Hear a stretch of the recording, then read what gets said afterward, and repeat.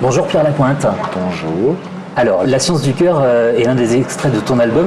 Peux-tu nous raconter l'histoire de ce titre ?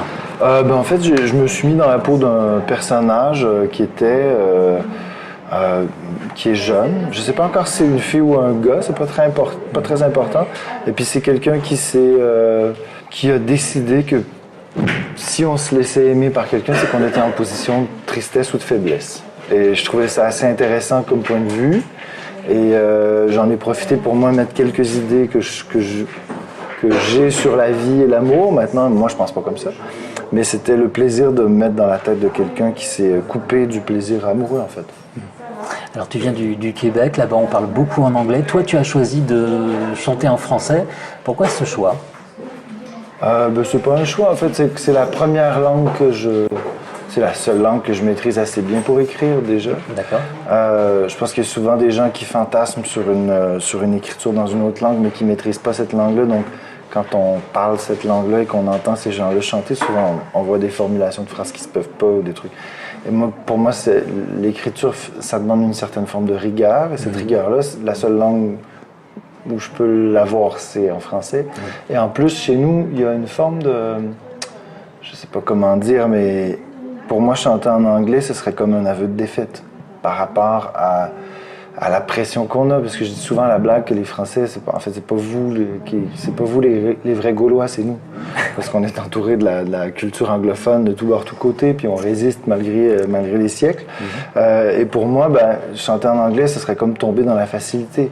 Et en plus, c'est pas naturel, parce que j'ai des amis qui sont montréalais, qui sont québécois et qui chantent en anglais aussi, et ça leur va très bien. Maintenant, moi, c'est pas naturel. Tu as quand même sous-titré ton clip, tes clips en anglais. Oui, parce que c'est pas une fermeture du tout à la culture anglophone, parce que j'embrasse cette culture-là à bras ouverts. J'ai beaucoup de plaisir à connaître ce qui se passe dans la culture anglophone. Et en plus, je pense qu'il faut rester absolument curieux et ouvert. Et c'est la langue qui rassemble tout le monde. Quand je voyage, quand je vais au Japon, si j'ai la chance de parler avec des gens, ça va être en anglais, ce ne sera pas en français. En Europe, c'est un peu plus fréquent, mais la langue internationale, c'est l'anglais. Et pour moi, c'était une façon de dire aussi... En fait, j'ai trouvé ça drôle parce que pour la première fois, je pouvais envoyer mon vidéoclip à mes amis anglophones qui ne comprennent pas le français. Et ils comprenaient un peu mon style d'écriture parce que j'ai fait comme faire la traduction par un homme, un traducteur de théâtre qui était très très sensible à l'écriture que j'avais. Donc, non, pour moi, c'est juste un signe d'ouverture et une volonté de dire il n'y a pas de frontières finalement. Dans ton travail, tu as une approche quand même très cinématographique. Tu vas me raconter ça. Et puis, tu as travaillé aussi avec Stéphane Richard, qui a mixé ton disque, qui travaille pour le cinéma. Tu peux aussi me raconter cette rencontre? En fait, pour moi, je travaille pas nécessairement d'une façon cinématographique dans ma tête, mais je travaille d'une façon visuelle. En fait, j'ai toujours des images très très claires, comme je vois la musique aussi. Ouais. Je vois des couleurs, il y a des trucs qui s'associent à des émotions et je les exprime souvent après par le clip ou par la pochette. Je fais toujours la direction artistique des projets qui entourent ma musique. Et donc je monte des équipes et puis je place les objets visuellement dans ma tête. Et en effet, il y a quelque chose de cinématographique qui se dégage de tout ça. Maintenant, quand on a fait la musique avec David François Moreau, on a fait les arrangements, on a fait beaucoup de recherches, on a coécrit des chansons ensemble. C'est vraiment notre projet, David et moi. Et quand on a écouté le disque avant d'aller à l'étape du mix, on essayait de trouver des gens dans la famille de la musique rock. Puis à un moment donné, j'étais à Montréal et puis j'ai appelé David et j'ai dit on est con, c'est pas un mixeur de musique rock que ça nous prend, c'est un mixeur de musique de cinéma. Parce que ce qu'on a fait, c'est tellement orchestral qu'il y a pratiquement plus que le cinéma qui utilise ces moyens-là pour passer des émotions par la musique.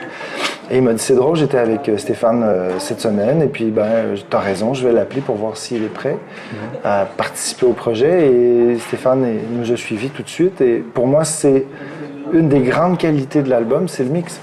Ça joue pour la qualité du truc. C'était très délicat parce que ça reste... Ce que j'écris, c'est vraiment de la chanson. On a arrangé ça comme une chanson, maintenant avec des codes et une façon d'orchestrer qui est plus près de la musique classique.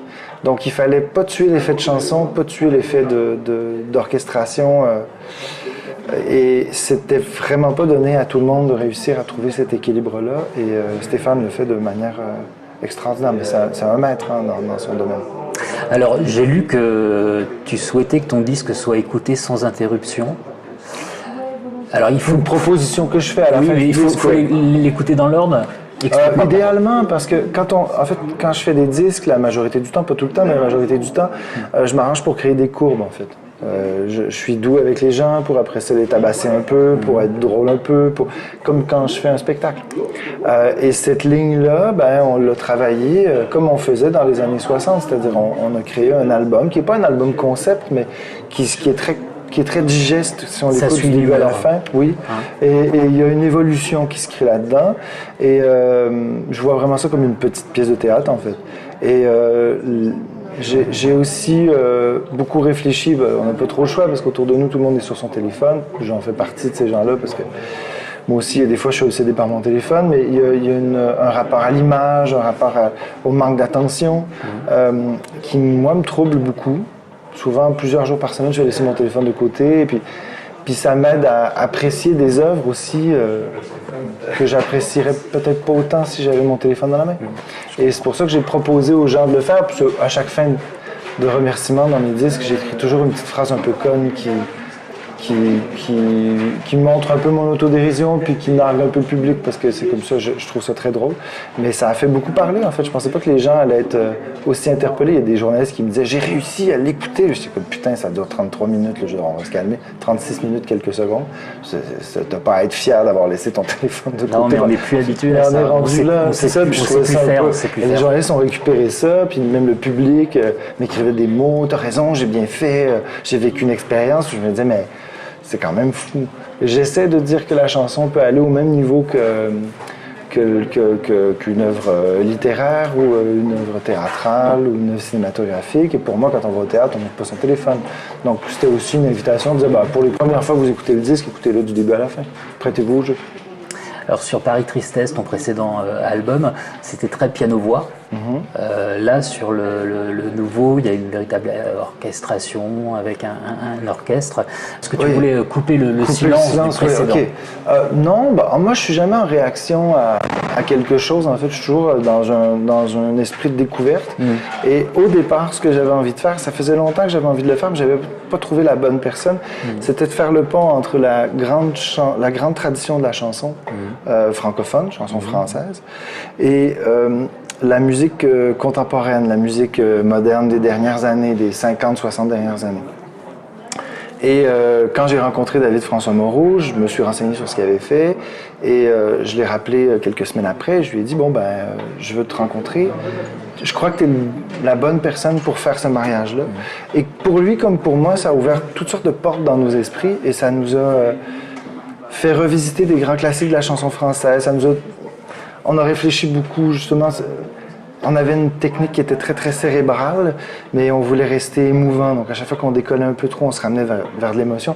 Ça a été, chacun, on faisait le garde-fou de l'autre pendant presque un an et quelques qu'on a fait les arrangements et l'écriture du disque. Et ça a été un exercice extrêmement stimulant. Et le piano-voix, Paris Tristesse, c'est arrivé un peu malgré moi, dans le sens où je voulais faire une tournée, je voulais continuer à faire des shows, j'avais pas nécessairement de matériel pour sortir un nouveau disque. Pour moi, c'était une façon facile de tourner en Europe. On a fait l'album en France. Au début, on ne devait pas le sortir au Québec, mais finalement, j'ai compris que ça faisait un froid diplomatique, donc on l'a sorti au Québec et ça a été un super succès au Québec. Donc, pour moi, c'était... je sais pas comment dire, c'était une belle surprise, Paris Tristesse, tandis que La Science du cœur, c'est vraiment un objet désiré et réfléchi, mais pas du tout en réflexion. D'ailleurs, le spectacle qu'on fait ce soir, c'est piano, marimba, c'est pas très loin du spectacle seul au piano en fait, mais bon, c'est totalement ailleurs, mais on est quand même dans un rapport d'instrumentation très... minimal. J'ai vu que tu étais assez en colère contre les YouTube, les Spotify. Je suis pas tellement en colère contre eux parce qu'ils sont juste brillants, parce qu'ils sont là pour faire de l'argent. Je suis en colère contre le gouvernement canadien qui fait rien en fait. Et là, j'ai l'impression que ça va peut-être commencer à bouger. Les élections s'en viennent, donc Justin Trudeau et sa bande commencent à avoir un peu peur.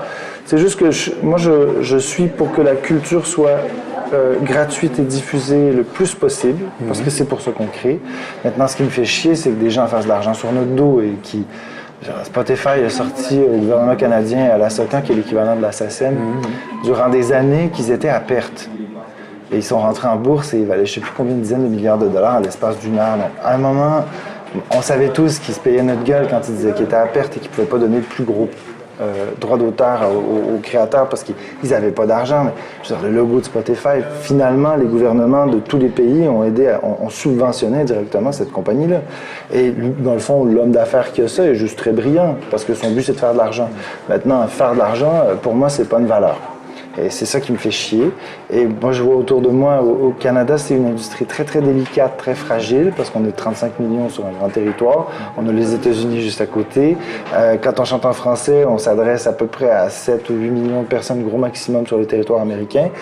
Donc, le gouvernement ne peut pas faire comme s'il ne se passait rien.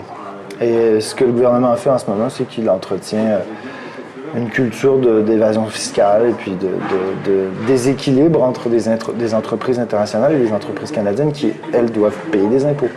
Mais ça va, je suis très articulé et très au courant du dossier et je commence à avoir un certain impact et ça me fait très plaisir.